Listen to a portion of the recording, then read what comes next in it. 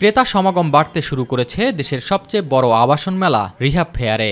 মেলার তৃতীয় দিনে ফ্ল্যাট ও প্লট বুকিংয়ের সংখ্যাও বেড়েছে। ক্রেতারা জানান সাধ্যানুযায়ী আবাসন কেনার চেষ্টা করছেন তারা।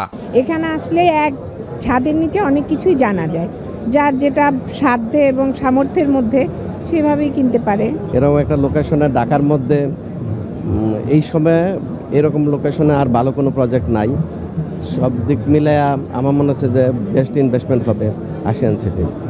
এবারের মেলায় অংশ নিয়েছে 220টি স্টল। ক্রেতা আকর্ষণে আশিয়ান সিটি সহ প্রায় সকল আবাসন কোম্পানি দিচ্ছেন নানা অফার। সময়ের সাথে সাথে বিক্রিও বাড়ছে বলে জানান ব্যবসায়ীরা। প্রজেক্টটা ঢাকা মানে ঢাকাতেই, জাস্ট এয়ারপোর্টের অপোজিটে, এয়ারপোর্ট থার্ড টার্মিনাল থেকে আমার প্রজেক্টের 400 মিটার দূরত্ব, একদম রেডি। এটা সিটি কর্পোরেশনের 48 এবং 49 ওয়ার্ডের মধ্যে পড়ছে। তো এখানে আর হেজিটেশনের কিছু নেই। আমি কাস্টমারকে চ্যালেঞ্জ দিয়ে বলতে পারি, আপনি প্রজেক্টে আসেন, প্রজেক্ট আপনার পছন্দ হবেই। আর মেলায় প্রচুর সাড়া পাচ্ছি। আর আমরা কাস্টমারদেরকে বলবো, মেলায় বুকিংটা দিলে আপনি অফারটা ভালো পাবেন। 8-10 বছর তুলনায় এবার কম্পেয়ার করলে কাস্টমারের সংখ্যা কম, বাট যে কাস্টমারগুলাই ফেয়ারে আসছে তারা বেসিক্যালি কাস্টমার। আগারগাঁওয়ের চীন মৈত্রী সম্মেলন কেন্দ্রে 5 দিনব্যাপী এই আবাসন মেলা চলবে 27 ডিসেম্বর পর্যন্ত।